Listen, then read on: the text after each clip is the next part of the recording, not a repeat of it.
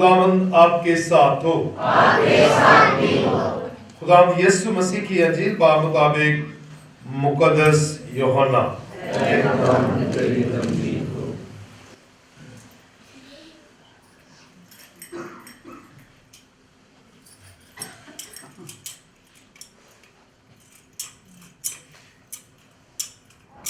اس کے پہلے باب کی پہلی 18 آیات۔ ابتدا میں کلمہ تھا اور کلمہ خدا کے ساتھ تھا اور کلمہ خدا تھا۔ یہی ابتدا میں خدا کے ساتھ تھا، اسی سے سب کچھ پیدا ہوا۔ ایک بھی چیز جو پیدا ہوئی اس کے بغیر پیدا نہ ہوئی۔ اسی میں زندگی تھی اور زندگی انسانوں کا نور تھی، اور نور تاریکی میں چمکتا ہے اور تاریکی نے اسے قبول نہ کیا۔ ایک آدمی آموجود ہوا خدا کی طرف سے، محرسل، جس کا نام یوحنا تھا۔ یہ شہادت کے لیے آیا کہ نور کی شہادت دے، تاکہ سب اس کے وسیلے سے ایمان لائیں۔ وہ خود تو نور نہ تھا، لیکن نور کی گواہی دینے کے لیے آیا تھا۔ حقیقی نور وہ تھا جو ہر انسان کو منور کرتا ہے جو دنیا میں آتا ہے۔ وہ دنیا میں تھا اور دنیا اسی سے پیدا ہوئی، اور دنیا نے اسے نہ پہچانا۔ وہ اپنی ملک میں آیا اور اس کے اپنوں نے اسے قبول نہ کیا، لیکن جتنوں نے اسے قبول کیا اس نے انہیں اقتدار بخشا کہ خدا کے فرزند بنے، یعنی انہیں جو اس کے نام پر ایمان لاتے ہیں۔ وہ خون سے نہیں، نہ جسم کی خواہش سے، نہ آدمی کے ارادے سے، بلکہ خدا سے پیدا ہوئے۔ اور کلمہ متجسد ہوا اور ہم میں سکونت پذیر ہوا، اور ہم نے اس کا جلال دیکھا، باپ کے وحید کا جلال، فضل اور سچائی سے معمور۔ یوحنا اس کی بابت شہادت دیتا ہے اور پکار کر کہتا ہے، یہ وہی تھا جس کے حق میں نے کہا کہ جو میرے بعد آتا ہے وہ مجھ سے مقدم ٹھہرا، کیونکہ وہ مجھ سے پہلے تھا۔ اس کی معموری میں سے ہم سب نے پایا، یعنی فضل پر فضل، کیونکہ شریعت موسیٰ کی معرفت دی گئی، مگر فضل اور سچائی یسوع مسیح سے پہنچی۔ خدا کو کسی نے کبھی نہیں دیکھا۔ خدائے مولود وحید جو باپ کی گود میں ہے، اسی نے منکشف کیا ہے۔ انجیل مقدس کے وسیلہ سے ہم سب کی خطائیں معاف کی جائیں۔ اسی میرے عزیزوں، آج ہم کرسمس، بڑا دن، یہ دوسرے لفظوں میں مسیح خداوند کے جنم دن کو مناتے ہیں۔ یہ مسیح خداوند کے جنم دن کی یادگاری ہے، یوم یادگار ہم منا رہے ہیں۔ یہ پہلی آمد ہے جو آج سے 2023 سال پہلے، 22 سال پہلے بیت لحم میں ہو چکی ہے، اور اس آمد کی یادگاری کو منانے کے لیے آج عالمگیر کلیسیا دنیا بھر میں پاک الطار کے سامنے جھک کر اس بات کی گواہی دیتے ہیں کہ ہمارا نجات دہندہ مسیح خداوند ہے، جو کامل خدا تھا اور کامل انسان بن کر چرنی میں پیدا ہوا۔ اور یہ بار بار ہم ہر سال مناتے ہیں، اور اس کی لتوریائی جو شکل ہے وہ بھی بڑے خوبصورت انداز سے بیان کرتی ہے۔ وہ اس بھید کو متجسد کے بھید کو بیان کرتی ہیں. پھر جو ہے چرنیاں سجائی جاتی ہیں اور ڈیکوریشن اس طریقے سے جو ہے اویزہ کی جاتی ہے جو اس بات کا پیغام دیتی ہے کہ کلمہ متجسد ہے کیا اور اس کے آنے کا مقصد کیا ہے اور ہم کیوں ہر سال اتنی شادمانی اور اتنی تیاری کے ساتھ مسیح خداوند کا جنم دن مناتے ہیں. کیونکہ یہ ایک شکر گزاری ہے جو کل کائنات پر خدا نے رحم کیا، اس کی شکر گزاری ہے کہ آج ہم سب مل کر مسیح خداوند کے جنم دن کو مناتے ہیں. یہ ہمارے ایمان کی عکاسی کرتی ہے کہ ہم متجسد کے بھید کو سمجھتے ہیں اور اس متجسد کے بھید میں کون پنہا ہے اور کون ہے وہ جو دنیا میں آیا. اور یہ ہم نے کل رات کی عبادت میں بھی غور کیا کہ خدا کا فضل کل انسانیت پر ظاہر ہوا ہے. خدا کا فضل، یہی دوسری تلاوت تھی اور آج بھی کہ ہم پر فضل ہوا ہے، فضل پر فضل ہوا ہے. اور جب فضل پر فضل کی بات کی جاتی ہے تو اس کی تشریح کرتے ہیں مفکرین کہ خدا کا فضل، خدا کا رحم، خدا کا جلال جو ہے آبشار کی طرح ہم پر برستا رہا. آبشار کی طرح مسلسل. گو کہ انسان بے وفائی کرتا ہے، گناہ کرتا ہے، لیکن اس کا فضل جو ہے آبشار کی طرح انسان پر نشاور ہوتا رہا. اس نے انبیاء کرام کو بھیجا، پھر آخر میں اب خود وہ انسان بن کر چرنی میں پیدا ہوا ہے. یہ فضل ہے، یہ وہی فضل ہے جس سے معمور تھی مقدسہ مریم، جسے فرشتہ سلام کرتا ہے، سلام اے پر فضل. یہ فضل ہے اور پھر اس کے بطن میں فضل. اور اس لیے پالوس رسول کہتا ہے میرے لیے تیرا فضل ہی کافی ہے. ہمارا نجات دہندہ مسیح خداوند ہے. فضل جو آج انسان بن کر جو ہے اس دنیا میں پیدا ہوتا ہے. اور یہ ہم کرسمس والے دن صبح کو یہی تلاوت کرتے ہیں. اسے یوحنا کی انجیل کا جو ہے تعارف کہہ سکتے ہیں، پرولوگ کہہ سکتے ہیں. اور یہ یوحنا انجیل نویس بڑے واضح الفاظ سے لکھتا ہے کہ ابتدا میں کلمہ تھا اور کلمہ خدا کے ساتھ تھا اور کلمہ خدا تھا. کلمہ خدا تھا. اور یہ خدا جو ہے یہ متجسد ہوتا ہے. یہی 14ویں آیت میں لکھا ہے کلمہ متجسد ہوا اور ہمارے درمیان سکونت پذیر ہوا. متجسد کا بھید جو ہے اس کو آسان لفظوں میں ہم سمجھ سکتے ہیں. انگلش میں اس کے لیے بڑی خوبصورت جو ہے وہ سٹیٹمنٹ دے دیتے ہیں کہ ورڈ بیکیم فلیش. کلمہ متجسد ہوا، ورڈ بیکیم فلیش. اور اس کا مطلب کہ خدا انسان بنا، خدا انسانی ذات میں آ گیا، خدا ہمارے درمیان آ گیا، ہماری مانند بن گیا تاکہ ہم اس فضل سے معمور ہوں جس کا خدا نے وعدہ کیا تھا.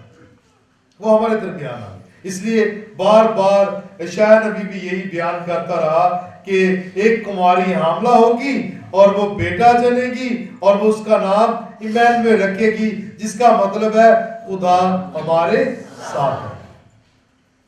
خدا ہمارے ساتھ ہے. اس کے لیے لفظ استعمال ہوتا ہے نا فزیکل، یعنی کہ وہ فزیکلی ابھی ہمارے ساتھ ہے. اسپرچولی نہیں بلکہ فزیکلی بھی. اسپرچول جسے ہم دیکھ نہیں سکتے، روحانی طور پر جسے کہتے ہیں روح جو ہے دیکھ نہیں سکتے، لیکن وہ ابھی انسانی ذات میں آ گیا، تو مطلب وہ جو ہے وہ فزیکلی ہمارے درمیان ہے، ہمارے ساتھ ہے، ہم میں ہے، وہ متجسد ہوا ہے، وہ ہمارے ساتھ، ہم دیکھ سکتے ہیں، اسے چھو سکتے ہیں، جس کو ہم دیکھ نہیں سکتے تھے اب مسیح خداوند کے ذریعے دیکھ سکتے ہیں، تو وہ ہم میں ہے، ایمینویل مطلب خدا ہمارے ساتھ ہے۔ اس لیے کیوں ہر سال بلکہ ہر اتوار ہر روز یہی کہتے ہیں کہ بھائی گرجا گھر میں آئے۔ سارے کہہ سکتے ہیں آسان لفظوں میں گھر میں دعا کر لیتا ہوں، بس خدا وہاں بھی تو موجود ہے۔ سچ ہے، خدا ہر جگہ موجود ہے، لیکن ظاہراً ہم یسوع کا دیدار پاک الطار پر ہی کر سکتے ہیں۔ اس لیے اس نے پہلا حکم بھی یہ دیا، اس پہ میں جانا نہیں جا رہا، لیکن چلتے چلتے بیان کر رہا ہوں کہ اس نے حکم بھی دیا تھا میری یادگاری میں ایسا ہی کیا کرو، اور اس کی یادگاری کیا ہے جو ہم مناتے ہیں۔ تو ظاہراً مسیح خداوند پاک الطار پر جو ہے وہ اترتا ہے، اس کو دیکھنا، اس کو ملنا، اس کا دیدار کرنا، در حقیقت یہی کرسمس ہے، یہی بڑا دن ہے، اس کا دیدار کرنا، اس کے پاس آنا۔ جیسے چرواہوں کو پیغام ملا اور وہ جو ہے اپنی نظریں اٹھا کر کہاں پہنچتے ہیں؟ بیت لحم کے ایک سرائے میں، جہاں ننھا بچہ کپڑے میں لپٹا چرنی میں پڑا ہے۔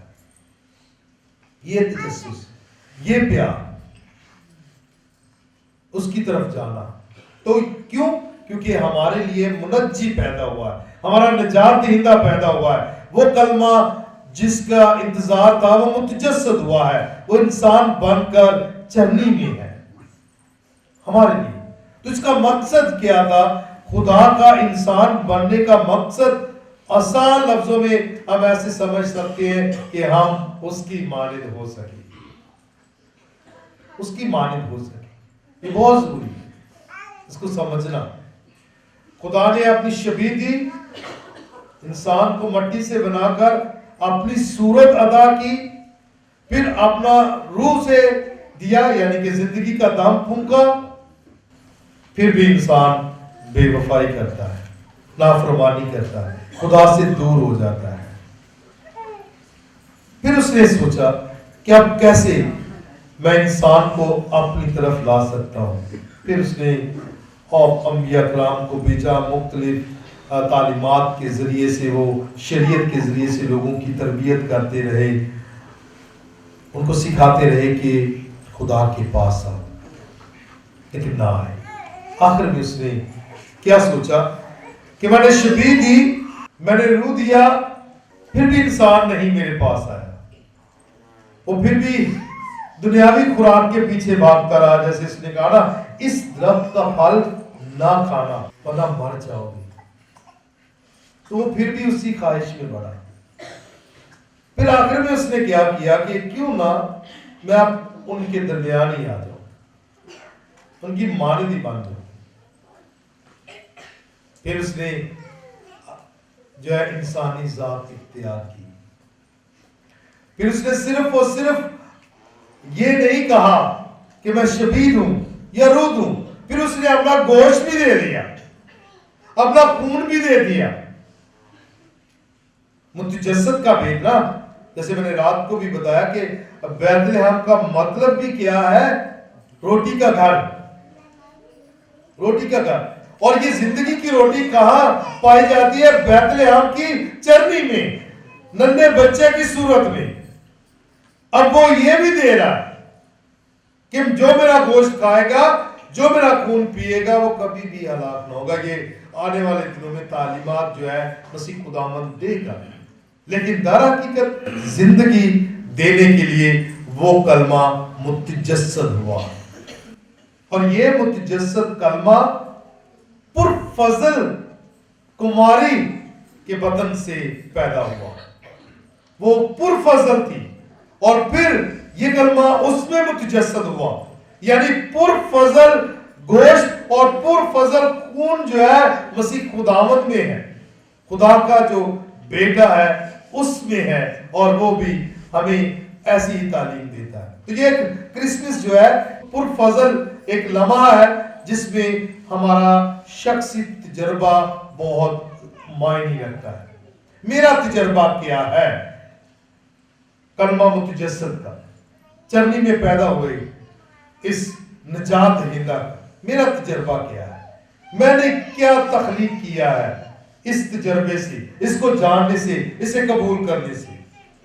کیسے میں اس متجسد کے بھید کو پوری دنیا میں یا دوسروں پر ظاہر کرتا ہوں؟ بہت سارے لوگوں نے انہیں اسی باتوں پہ، میں ہمیشہ یہ کہتا ہوں کہ جب بات کرتے ہیں نا کلمہ متجسد کی اور اس کو بڑے خوبصورت انداز سے پیش کرنے کی، تو میرے خیال کے مطابق چرنی کے علاوہ اور کوئی سمبل یا علامت ہے نہیں۔ کیا خیال ہے؟ چرنی خوبصورت ایک سمبل ہے نا، اس میں ہم ابھی تو سارا پڑھ رہے ہیں نا، انہوں نے سارا منظر اس میں ڈال دیا ہے کہ یہ ہے سرایا اور یہ ہے چرنی اور یہ ہے سارے جانور جو وہاں موجود ہیں، اور پھر یہ گڈرگی ہیں اور یہ سارے جو ہے مجوسی ہیں جو آئے، تو انہوں نے پوری منظر کشی کر دی ہے متجسد کے بید کی پیدائش کی۔ یہ پیدائش کی جو ہے نا یہ شکل ہے، کلمہ متجسد کی شکل نہیں۔ کلمہ متجسد کہاں ہوا تھا؟ ماں کے پیٹ میں، بطن میں، ریح میں، صحیح، لیکن یہ پیدا ہوا ہے، چرنی میں پیدا ہوا ہے ہمارے لیے، جو ٹھیک ہے چرنی میں پیدا ہوا۔ تو یہ تجربہ ہے کسی کا، اور یہ تجربہ اس روحانی شخصیت کا ہے جو گھنٹوں گھنٹوں خاموشی میں خدا کے کلام پر غور و خوض کرتے گزارتا تھا۔ وہ ہے مقدس فرانسس آف اسیسی۔ خدا ہمارے ساتھ ہے، سچ ہے، ہم اس کو جھٹلا نہیں سکتے۔ کیا میں خدا کے ساتھ ہوں؟ اس پہ غور کرنے کی ضرورت ہے۔ تو وہ خدا کے ساتھ وقت گزارتا ہے، اور خدا نے یہ اسے عقل دانائی دی، اور آج یہ چرنی جو آج ہم ہر جگہ ہر گھر میں دیکھتے ہیں، یہ اس کی کاوش ہے، اس لیے آج بھی دنیا سے یاد کرتی ہے۔ پھر اور بھی دیکھ لیں جس کا کوئی تجربہ ہے، جیسے آج کسی نے نور کا تجربہ کیا تو اس نے لکھ دیا روشنی روشنی سارا عالم ہوا۔ یہ تجربہ ہے نا اس کا، اس نے یسوع کے اس پہلو کو، منجی کے اس پہلو کو کہ وہ دنیا کا نور ہے، اور اس کا بربلا اظہار مسیح خداوند کرتا بھی ہے کہ میں دنیا کا نور ہوں۔ تو پھر اس شخص نے جس نے یہ گیت لکھا، اس نے کہا کہ میں کیوں نہ الفاظوں میں پروکار سے پیش کروں۔ یہ اس کا تجربہ ہے۔ اور دیگر آپ دیکھ سکتے ہیں، کرسمس ٹری بنائے جا رہے ہیں اور کارڈز بنائے جا رہے ہیں، کوئی نہ کوئی اپنی تخلیقی خوبیوں کو بروئے کار لا کر مسیح خداوند کے جنم دن کو خوبصورت سے خوبصورت تر بنا رہا ہے۔ آج آپ اور میں بھی دھیان و گیان کریں کہ میں اس دن کو، کرسمس کو کیسے خوبصورت بنا رہا ہوں۔ اور خوبصورت بنانے کے لیے ڈیکوریشن کافی نہیں ہے، اندرونی تبدیلی بہت ضروری ہے۔ وہ فرانسس نے 2014 میں اپنے ایک پیغام میں بیان کیا کہ جب گڈرگی آتے ہیں تو وہ اپنے تحائف کچھ لے کے آتے جس کے پاس تھے، تو ہو سکتا ہے اس میں ملازم بھی کوئی چرواہا ہو، مالک بھی چرواہے ہوتے تھے نا، جن کی اپنی بھیڑیں ہوتی تھی، ان کو تو کوئی پریشانی نہیں، تو کوئی ملازم بھی چرواہا ہوگا، خدا جانتا ہے۔ تو سارے تحائف لے کر آئے، لیکن اس کے پاس تحفہ نہیں تھا۔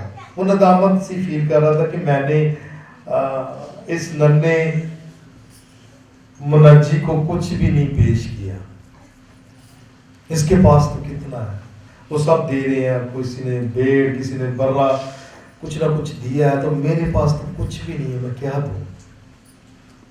صحیح۔ تو وہ تھوڑا سا ہچکچاہتا ہوا